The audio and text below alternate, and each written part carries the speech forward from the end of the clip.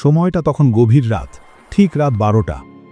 জেলার সবচেয়ে বড় অফিসার ডিএম সুরভি সিং একটি জরুরি মিটিং শেষ করে নিজের বাড়ির দিকে ফিরছিলেন। চারদিকে তখন পিন পতন নীরবতা। এই শুনশান রাস্তায় সুরভি সিংয়ের মনে কিছুটা ভয় হচ্ছিল। সেই ভয়ের কারণেই তিনি গাড়ির গতি বাড়িয়ে দিয়েছিলেন, কিন্তু হঠাৎই মাঝ রাস্তায় এসে তার গাড়িটা বন্ধ হয়ে গেল। তিনি দ্রুত গাড়ি স্টার্ট করার চেষ্টা করলেন, কিন্তু তাতে কোনো লাভ হলো না। গাড়িটা খারাপ হয়ে গিয়েছিল আর কিছুতেই চালু হচ্ছিল না। সুরভি গাড়ি থেকে নামলেন এবং চারিদিকে তাকিয়ে বোঝার চেষ্টা করলেন ঠিক কি হয়েছে। তার মনে হলো সম্ভবত ইঞ্জিনে কোনো সমস্যা হয়েছে। অনেক চেষ্টা করেও যখন গাড়ি চালু হলো না, তখন তিনি বাবাকে ফোন করার কথা ভাবলেন। মোবাইল বের করে যেই তিনি ফোন করার চেষ্টা করলেন, অমনি দেখলেন মোবাইলে কোনো নেটওয়ার্কই নেই। এটা দেখে তিনি খুবই ঘাবড়ে গেলেন। এখন আমি কি করব? গাড়িও চলছে না, আবার নেটওয়ার্কও নেই, কারো সঙ্গে যোগাযোগও করতে পারছেন না। তিনি ভাবলেন কিভাবে বাড়ি ফিরব। তবে তিনি সহজে হার মানলেন না। তিনি ভাবলেন বাড়িটা এখান থেকে খুব বেশি দূরে নয়, আমাকে যেভাবেই হোক এখান থেকে যেতেই হবে। এই ভেবে তিনি ধীরে ধীরে হেঁটে চলতে শুরু করলেন। কিছুটা এগোতেই তিনি দূর থেকে কয়েকটি গাড়ির আলো দেখতে পেলেন। তিনি কিছুটা অস্বস্ত হলেন। যাক, কাউকেই তো পাওয়া গেল। তিনি আস্তে আস্তে সেই আলোর দিকে এগিয়ে গেলেন। গাড়ির কাছাকাছি গিয়ে সুরভি দেখলেন সেখানে 2-3 জন কনস্টেবল বসে আছেন। তাদের সামনে মদের বোতল খোলা। তারা মদ খাচ্ছেন এবং তাস খেলছেন। তাদের সামনে তাসের বান্ডিল পড়ে আছে। এই দৃশ্য দেখে ডিএম সুরভি সিং রাগে থরথর করে কাঁপতে লাগলেন। তিনি সঙ্গে সঙ্গে কনস্টেবলদের কাছে গেলেন এবং খুব কঠিন স্বরে বললেন, তোমরা এখানে বসে এসব কি করছো? উর্দি পরে এটাই কি তোমাদের কাজ? রাস্তার মধ্যে বসে মদ খাচ্ছ? তোমরা আসলে কে? আইন ভাঙার লোক নাকি আইন মানার লোক? যদি আপনারাই এসব করেন তাহলে সাধারণ মানুষ কি করবে? এই উর্দি তোমাদের যোগ্য নয়, বুঝেছ? এই কথা শুনে কনস্টেবলদের মধ্যে একজন হেসে উঠল। সে বলল, আরে ম্যাডাম, এত জ্ঞান দিও না তো, বুঝেছ? তোমার মুখে এসব কথা মানায় না। এসো, আমাদের সঙ্গে বসে পড়ো, একটু আনন্দ মজা করো। এমনিতেই তোমাকে না দেখে থাকতে পারছি না। প্লিজ একবার আমাদের খুশি করে দাও মাই ডার্লিং। এই কথা শুনে সুরভি সিংয়ের রাগ আরও বেড়ে গেল, কিন্তু তিনি নিজেকে সামলে নিয়ে বললেন, দেখুন, আমার প্রশ্নের জবাব দিন। আপনারা এখানে মদ কেন খাচ্ছেন? সরকার মদ নিষিদ্ধ করেছে, আর আপনারা যারা আইনের রক্ষক, আপনারাই আইন ভাঙছেন। আপনাদের লজ্জা নেই? এই উর্দি পড়ার কোনো অধিকার নেই আপনাদের, বুঝেছেন? তার কথা শেষ হতেই একজন কনস্টেবল সুরভি সিংয়ের হাত ধরে নিজের দিকে টেনে নিয়ে এলো। সে বলল, আরে ম্যাডাম, জ্ঞান দিও না, আমরা জানি আমাদের কি করতে হবে। এসব বাদ দাও। আজ তোমাকে আমাদের সাথে এই মদ খেতেই হবে। একটু খুশি হও, মজা এসে যাবে। এমনিতেই তোমাকে না দেখে থাকতে পারছি না। প্লিজ একবার আমাদের খুশি করে দাও মাই ডার্লিং। এই কথা শুনে সুরভি সিংয়ের রাগ আর বাঁধ মানল না। তিনি নিজের রাগ ধরে রাখতে পারলেন না এবং কনস্টেবলটির গালে সজোরে একটি চড় মেরে দিলেন। তিনি রাগে ফুঁসতে ফুঁসতে বললেন, তোমরা এই উর্দিটার যোগ্য নও। এবার দেখো আমি কি করি। এই উর্দি তোমাদের এমনি এমনি দেওয়া হয়নি, জনগণের সেবা করার জন্য দেওয়া হয়েছে, যাতে তোমরা দেশের রক্ষা করো। কিন্তু তোমরা জনগণের কি সেবা করবে? তোমরাই তো নষ্ট হয়ে গেছো। জনগণকে আর কি শোধরাবে? তখন আরেকজন কনস্টেবল সুরভিকে জোর করে টেনে ধরল এবং রাগের সাথে বলল, কি দেখছিস তোরা? ধর একে, আজ একে একটা শিক্ষা দিতেই হবে। খুব বেশি দ্যামাক দেখাচ্ছে, পুলিশের সাথে ঝামেলা করছে। এখনই দেখাচ্ছি একে আইনের ক্ষমতা কতটা। এই বলে সে সুরভিকে শক্ত করে ধরে ফেলল। কিন্তু সুরভি সিং কোনো সাধারণ মেয়ে ছিলেন না। তিনি একটা ঝটকা মেরে নিজেকে ছাড়িয়ে নিলেন, কিন্তু তার ভেতরে একটা ভয় চেপে বসেছিল। তিনি বুঝতে পারছিলেন না যে এখন কি করবেন। তিনি পালাতেও পারছিলেন না, আবার কারো সাহায্যও চাইতে পারছিলেন না। কনস্টেবলদের খারাপ মতলব দেখে তার স্পষ্ট মনে হলো এখন তার পক্ষে বাঁচা মুশকিল। তখন ডিএম সুরভি সিং রাগের সাথে বললেন, আমি এই জেলার ডিএম, আমি তোদের 4 জনকেই এক্ষুনি সাসপেন্ড করে দিচ্ছি।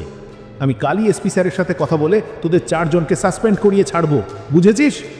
এই কথা শুনে কনস্টেবলরা সবাই হেসে উঠল আর তারা সুরভিকে চেপে ধরল। সুরভি এবার সত্যিই ভয় পেয়ে গেলেন। কি করবেন কিছুই বুঝতে পারছিলেন না। তারপর তিনি সাহস জোগালেন।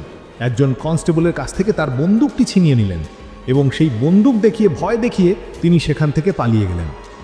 ভয়ে সব কনস্টেবল সেখানেই দাঁড়িয়ে রইল। তাদের কেউই সুরভির পিছু নিল না। সবার মনে ভয় ছিল এই বুঝি গুলি চলে যায়। পরের দিন সকাল হলো। ডিএম সুরভি সিং ভাবলেন এখন কি করা যায়? তখনই তার মাথায় একটি বুদ্ধি এলো এবং তিনি সোজা এসপি অফিসে গেলেন। সেখানে গিয়ে তিনি 4 কনস্টেবলের বিরুদ্ধে রিপোর্ট নথিভুক্ত করার এবং তাদের সাসপেন্ড করার দাবি জানালেন। কিন্তু কোনো প্রমাণ ছাড়া কোনো অফিসারকে সাসপেন্ড করা সম্ভব ছিল না।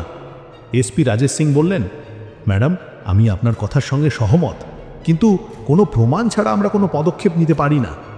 আমি আপনাকে অনুরোধ করছি, আপনি তাদের বিরুদ্ধে কিছু প্রমাণ আনুন, তবেই আমি এই কেসটি এগিয়ে নিয়ে যাব।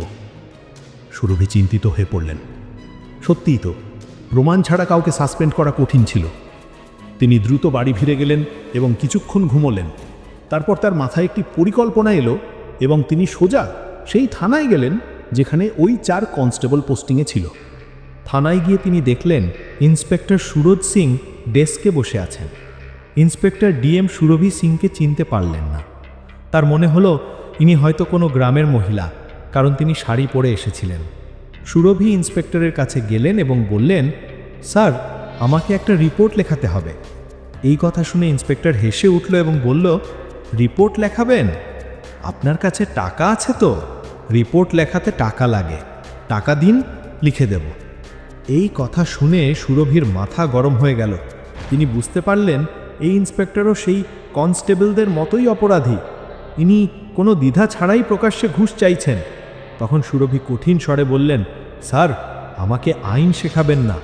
আইনে কোথাও লেখা নেই যে রিপোর্ট লেখাতে টাকা লাগে। আপনি আমাদের কাছে ঘুষ চাইছেন, কিন্তু আমরা টাকা দেব না।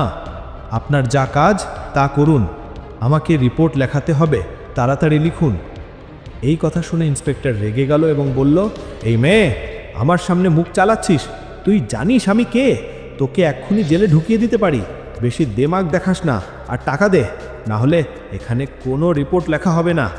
বড় এসছে রিপোর্ট লিখিতে, বেরো এখান থেকে, নইলে ধাক্কা মেরে বাইরে বের করে দেব। সুরভি সিংয়ের খুব রাগ হলো।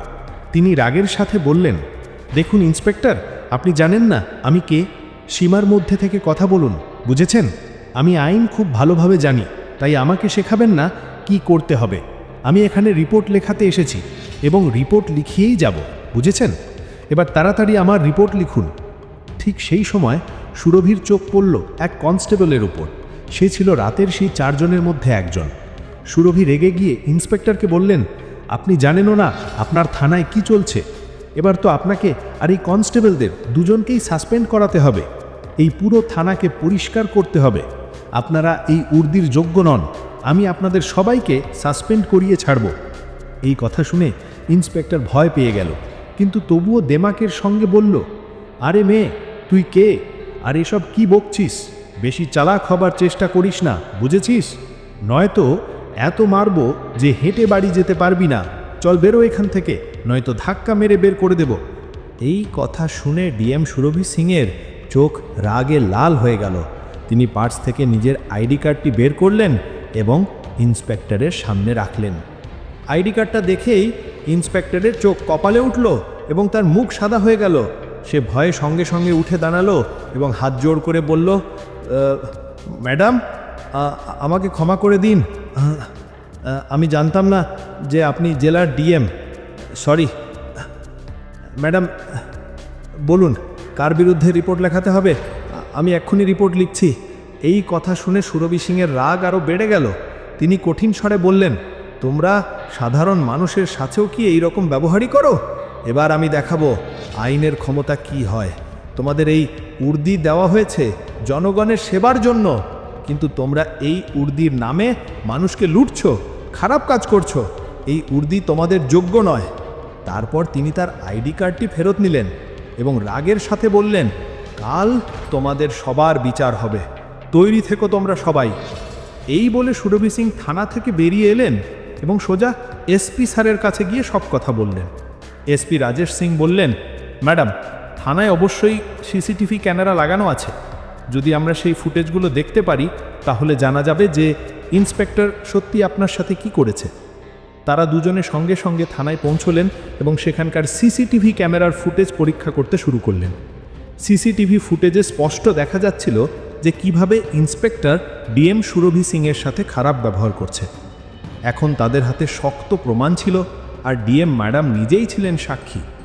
এরপর এসপি স্যার রিপোর্ট তৈরি করলেন এবং মামলাটিকে কোর্ট পর্যন্ত নিয়ে গেলেন, যাতে এই ঘটনা সবার সামনে আসে, যাতে ভবিষ্যতে উর্দি পড়া বা সাধারণ কোনো মানুষ ভুল করার আগে অন্তত 100 বার ভাবে। পরের দিন সকাল 10টা থেকে কোর্টে এই মামলার শুনানি শুরু হলো। কোর্টের গেটের বাইরে মিডিয়া ও মানুষের ভিড় জমে গিয়েছিল। সবাই একই কথা বলছিল, আজ ডিএম সুরভি সিংয়ের মামলার রায় ঘোষণা হবে। কেউ কেউ বলছিল, দেখি এবার কত বড় বড় অফিসারকে শাস্তি দেওয়া হয়। আবার কেউ বলছিল, পুলিশের লোক তো সবসময়কার মতো বেঁচে যাবে। কিন্তু এইবার বিষয়টা ছিল অন্যরকম। এইবার কোনো সাধারণ মহিলা নন, বরং জেলার ডিএম নিজেই বিচারের জন্য দাঁড়িয়েছিলেন। তিনি নিজের সিস্টেমের বিরুদ্ধে আওয়াজ তুলেছিলেন। কোর্টের ভেতর গম্ভীর পরিবেশ। বিচারক তার আসনে বসেছিলেন, এক পাশে সরকারি উকিল আর অন্য পাশে আসামি পক্ষের উকিল। তাদের পেছনে আসনে বসেছিল সেই কনস্টেবল আর ইন্সপেক্টর যাদের বিরুদ্ধে অভিযোগ ছিল। সবার মুখেই ভয়ের ছাপ স্পষ্ট দেখা যাচ্ছিল। বিচারক বললেন, সুরভি সিং বনাম রাজ্য পুলিশ বিভাগের মামলার শুনানি শুরু করা হোক। সরকারি উকিল উঠে দাঁড়ালেন এবং বললেন, মাই লর্ড, এই মামলাটি কেবল একজন মহিলা অফিসারের দুর্ব্যবহারের নয়, এটা সেই সিস্টেমের আসল ছবি যেখানে ক্ষমতার নেশায় কিছু লোক ভুলে যায় যে আইন কি। আমাদের কাছে সিসিটিভি ফুটেজ, অডিও রেকর্ডিং এবং সাক্ষী সব রয়েছে। তিনি সিসিটিভি ফুটেজ দেখালেন। স্ক্রিনে স্পষ্ট দেখা যাচ্ছিল যে কিভাবে ইন্সপেক্টর ডিএম ম্যাডামকে একজন সাধারণ মহিলা ভেবে রিপোর্ট লিখতে মানা করছেন, ঘুষ চাইছেন এবং খারাপ ব্যবহার করছেন। পুরো কোর্ট হল কিছুক্ষণের জন্য নীরব হয়ে গেল।